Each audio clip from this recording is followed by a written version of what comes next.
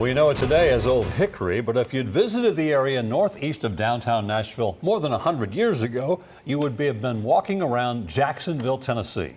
Named for one of its more famous property owners, President Andrew Jackson, and the area kept that name for quite some time. But there was one problem. They kept getting mail meant for Jacksonville, Florida. So they settled on Old Hickory, Jackson's nickname instead.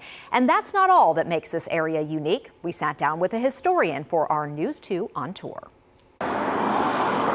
15 miles northeast of downtown Nashville is the town that DuPont built. We are sitting in Veterans Memorial Park of Old Hickory. In 1918, during World War I, the federal government contracted with DuPont to build a massive gunpowder plant. There were 30,000 employees reporting to work daily, and it is estimated that over 650,000 people were in and out of this area within that 9-month period. DuPont built an entire village around the plant with homes, schools, YMCAs, banks, and a hospital. Within every block. Chris Brummett is the official historian for the Old Hickory Chamber of Commerce. Astronomical feat of engineering to have so much going on in such a short amount of time.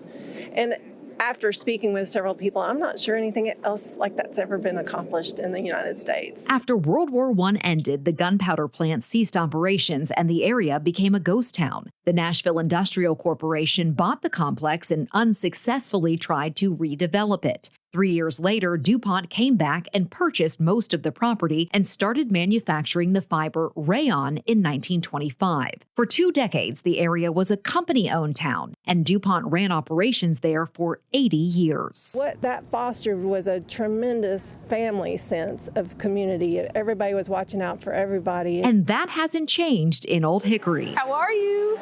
Doing okay? It's the kind of town where they know your coffee order.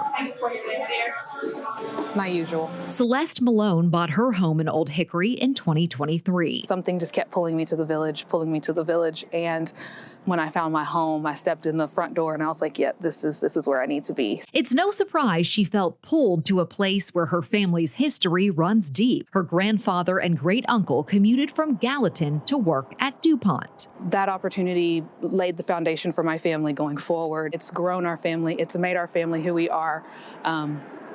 The Malones are some resilient, educated, and really hardworking folks, and I'm just really grateful that my grandfather was able to do that and my great uncles were able to do that. Come here. Malone is the president of the Old Hickory Village Neighborhood Association. We have our Christmas tree lighting at that Veterans Memorial Park, and we decorated it ourselves. Although development hasn't happened as quickly as some other Davidson County communities, Malone and Brummett are excited about new businesses and a community center being built in the center of town. This pocket of Nashville is really sweet, and it's really special.